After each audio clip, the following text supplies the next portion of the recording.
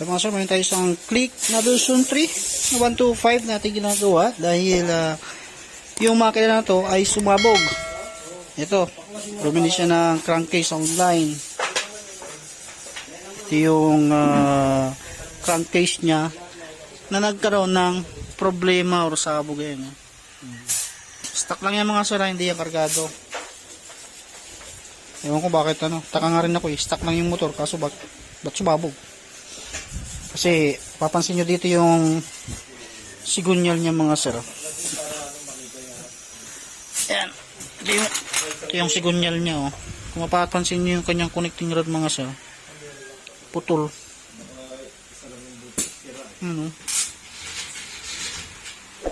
Putol. At yung piston niya ito. Uy. Ayan, putol oh.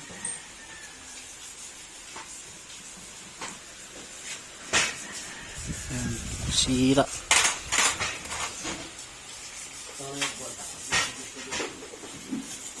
Yung black may gasgas? Saan? Ay, ito. Ayan oh, nabasag.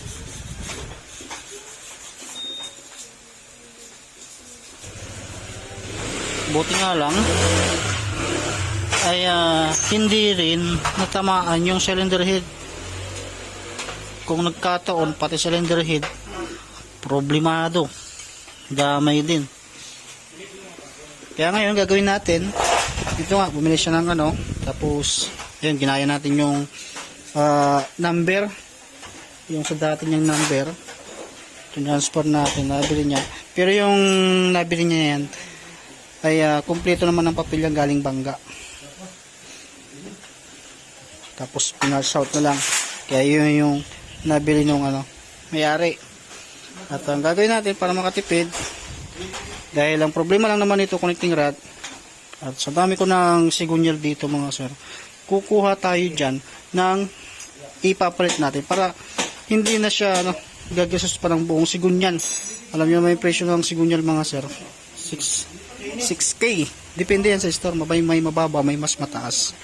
Kaya ito ay ipipress ko to, tapos yan inugasan na nila at transfer na rin yung mga transmission, tapos lilinisan yung black na ilalagay natin. Goods pa naman yan. Yung babago natin dyan yung piston ring, saka ito, ayan ipipress ko uli para mabuo ko yung sigunyal.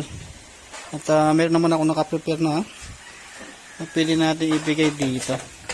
Ito. Yan.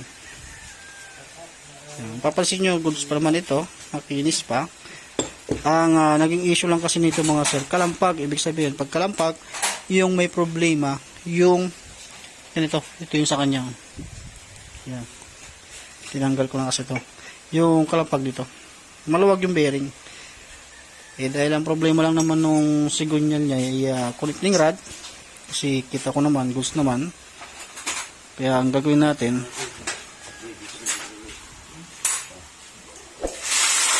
pati yung kunya nadamay, sira.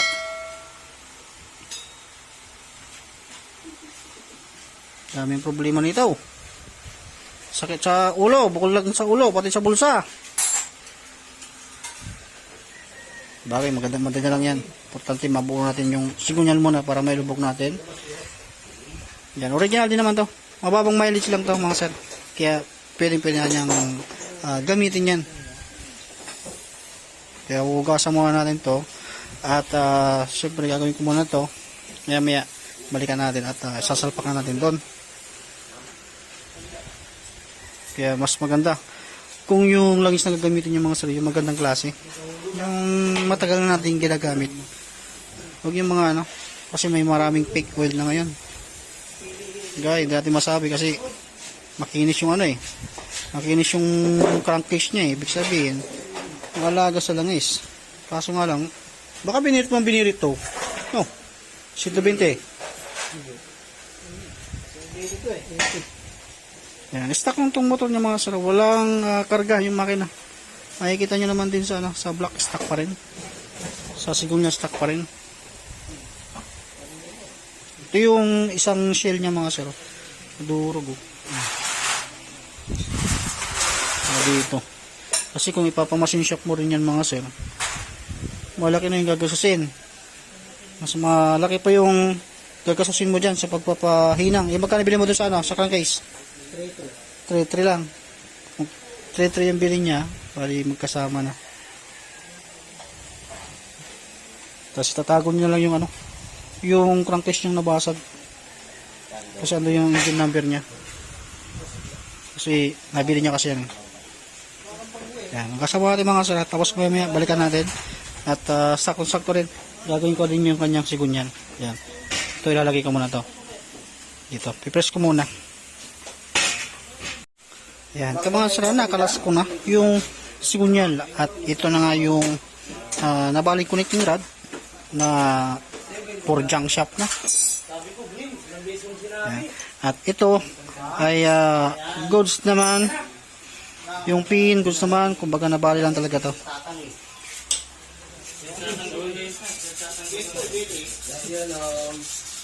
Nakikita nyo naman, ito ay marking lang naman ng ano yan, ng dumi.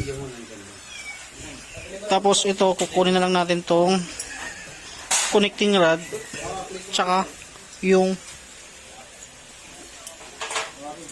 connecting rod bearing nya. Ayan.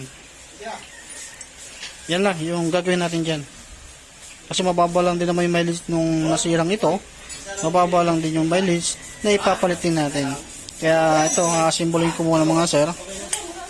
Simbolin ko muna. Saka after ma-assemble ay sasalpakan natin doon sa crankcase. Ayan. Ito mga sir, na-assemble ko na. Nabuo ko na yung sigunyal mga sir. Ayan. Kala nyo tabingi kasi ito. Yan, tools na yan mga sir. Pag humawak talaga sa akin, big one ako si Kuya. Ito yung pinalta natin. Ito lang. At ayan, syempre, bibitin natin para maisalpak natin ng diretsuan yung ating sigunyal. Para ma-assemble na natin ito. Ito na mga sir, patayin na natin yung makina. Yan, kinukuha na lang natin yung mga bolts doon sa ating pinalitan. Yan. Tapos lalagyan na rin natin yung piston ring. Yan, bago yon. Tapos binigyan natin ng block para makatipid kasi nagkataon na sila yung motor ay walang available na kalakihang budget. Kaya nauwi sa mga ganyan lang sa second-hand.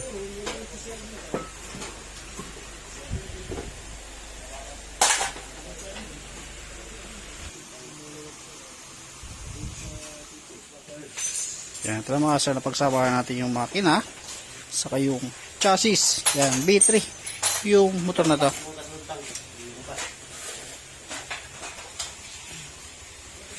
Yan, kabit mo natin lahat. Saka natin siya panda rin. Langis, nailagay yung langis sa gear oil. Okay, kabit mo natin.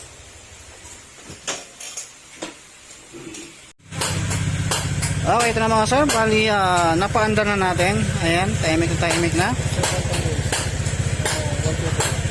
Naka TRC na 5. At parang big elbow yata yung sayo.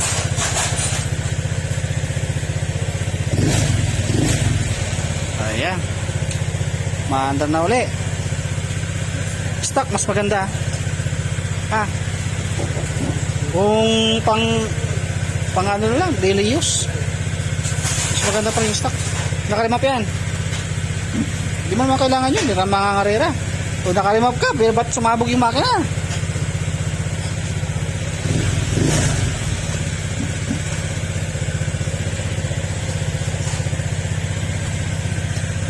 Yan, painitin mo natin. Tapos testing tayo.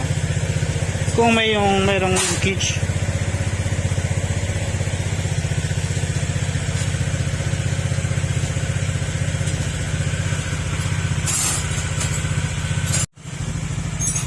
Okay, natapos na rin natin yung ating in-overhaul dahil nabasagan ng makina. At pati connecting rod. Dapat aware tayo. Kung daily use lang din naman yung motor natin mga sir, mas maganda stock pa rin para at least hindi tayo napapagastos ng wala lang. Yan, goods na to. Yan, kilometer niya mga sir ay 22,234 pa lang yung kanyang kilometer. Click version 3, nakaranas na siya ng sabog makina, pero hindi naman kargado. Ayan, ito na tapos yung video natin mga sir. Yan, goods na. Yan. Pinsan ko kasi yung may-ari niya mga sir. Kaya bali ang siningil ko lang sa kanya ay 5,000. Mas mababa kasi alam nyo na, relatives at syempre wala rin budget.